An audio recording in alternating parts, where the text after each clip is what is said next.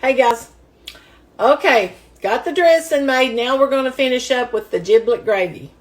Now I'm going to do this. You can do this a lot of different ways, but I'm going to do it a very easy, simple way. Okay? Now, once you have got this broth made, like I'm showing you, if you go back and look at my videos and go down my page, I showed you how to make the dressing broth and the broth also for giblet gravy. Or you can use some, you can take a couple of chicken thighs and boil them in some water with some onions and celery and let it cook till it's done. And then use a little chicken broth with it. I know you all probably, everybody's seen chicken broth like this. You can buy it. I buy the low sodium, buy the chicken broth. Boil your chicken in that. That gives you a richer broth. And you also can use a couple of bouillon cubes, which I'm going to do in this. If you really want to pump up the chicken flavor, you can add a couple of bouillon cubes. You don't have to, but you can.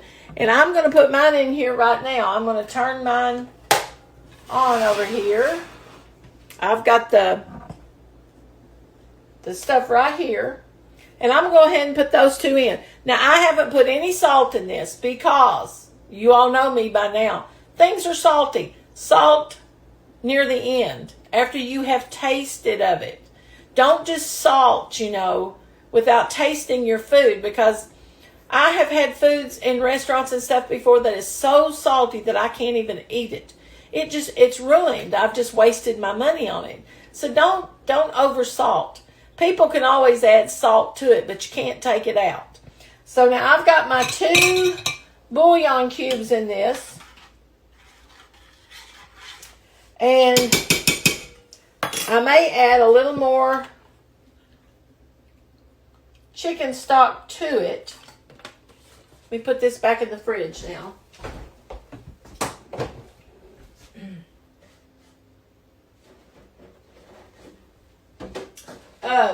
What we're going to do is we're going to do the easy version of this. Whoops. Sorry, guys. You get your stock ready. After you have cooked your chicken, onions, celery, carrots, whatever you put in there like I did. Then, taste it. Make sure. I don't know if my 2 bouillon cubes are completely dissolved yet or not. But they should be pretty much so. Okay. It's plenty salty. Don't need to add no salt. But it does need a little bit of pepper. So I'm going to put a little bit of pepper. Not much, just a little bit. If you don't like pepper, what am I going to tell you to do? Leave it out.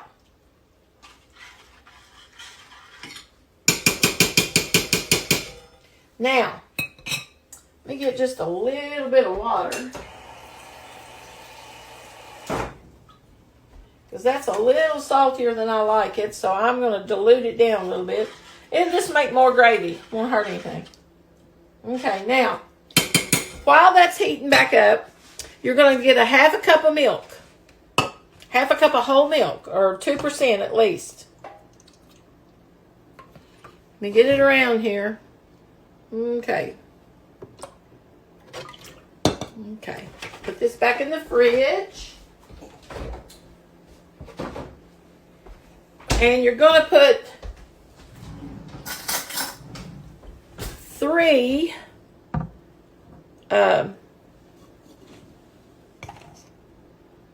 teaspoons, right now we're going to do it, 3 teaspoons of cornstarch. I kindly just let them heap up a little bit. That one's actually pretty big. And we're going to stir this up. We're making a cornstarch slurry, but we're using milk as the base, not water. The milk is to give the gravy a little creamier texture. Now,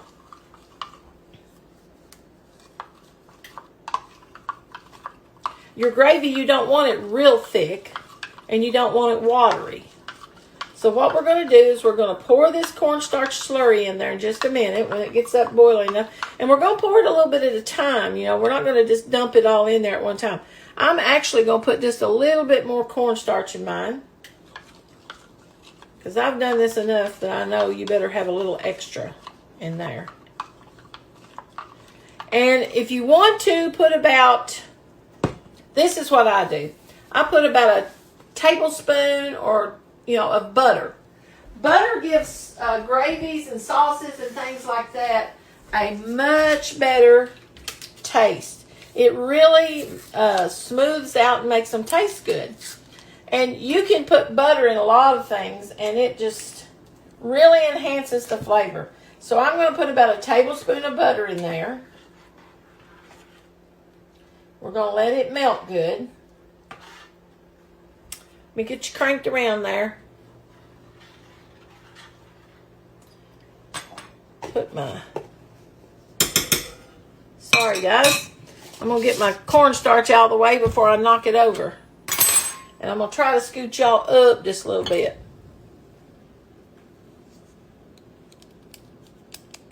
Yowza!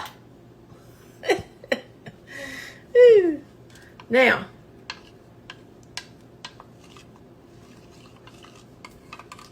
it's boiling just a tad bit, so I'm going to crank it down. And I'm just going to pour this in slowly. And keep stirring it around.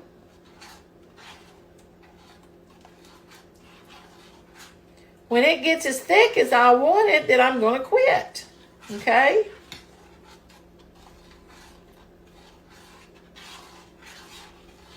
Now, once this gets cold, it's going to look gelatinous, and that's okay. But when you heat it back up, heat it in the microwave, and it will be fine, guys.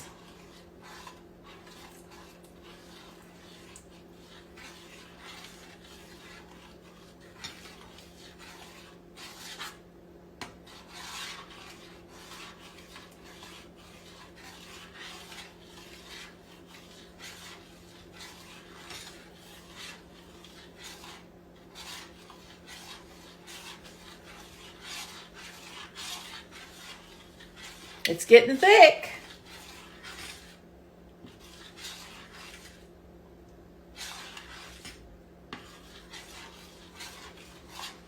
Okay, now.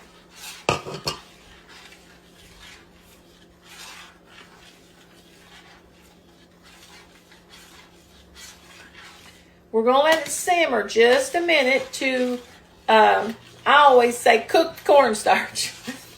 I like it to just kind of get that off. But I'm going to turn this around and I'm going to let you see what this looks like. Okay, now, there's what it looks like.